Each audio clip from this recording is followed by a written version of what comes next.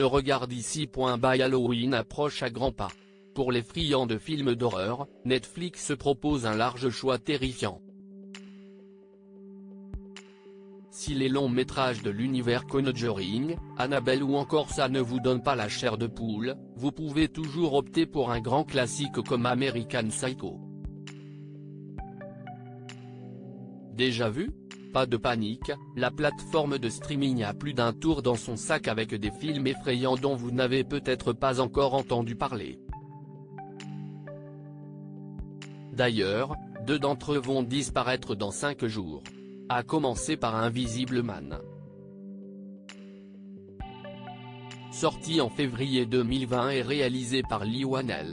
Il met en scène Elizabeth Moss dans le rôle de Cecilia Cass, une femme qui, après avoir été malmenée et abusée par son époux, un riche et brillant scientifique, tente de quitter au plus vite son domicile équipé d'un système de caméras de surveillance conçu par ce dernier.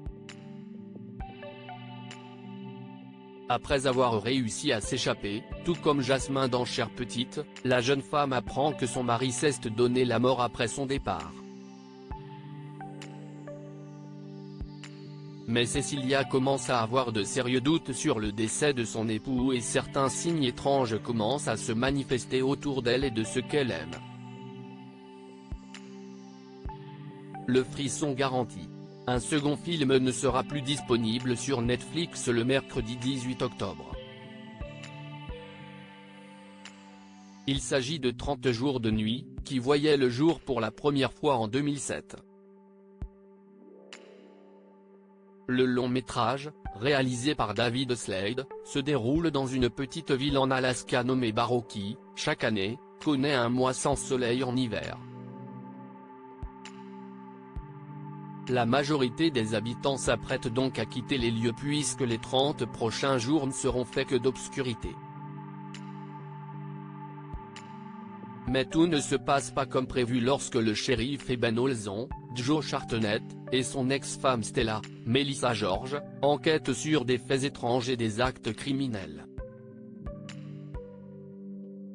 Ces derniers découvrent alors que la ville est assaillie par un gang de vampires affamés. 30 jours de nuit, la suite terrifiante du long métrage d'ailleurs, 3 ans après la sortie du film qui a fait sensation en rapportant plus de 70 millions de dollars au box-office pour un budget de 30 millions de dollars, une suite est parue en DVD. L'histoire se passe près d'1 an après les tragiques événements du premier opus. Dans 30 jours de nuit, jour sombre, Stella Olson est bien décidée à venger la mort de son mari. Cette dernière a notamment écrit un livre en espérant faire éclater la vérité aux yeux de tous sur ce qui s'est réellement passé en Alaska. Si personne ne la croit, Stella assiste à une conférence pour faire la promotion de son ouvrage et est victime de quelques ricanements provenant du public. Soudainement, un vampire fait irruption dans la salle.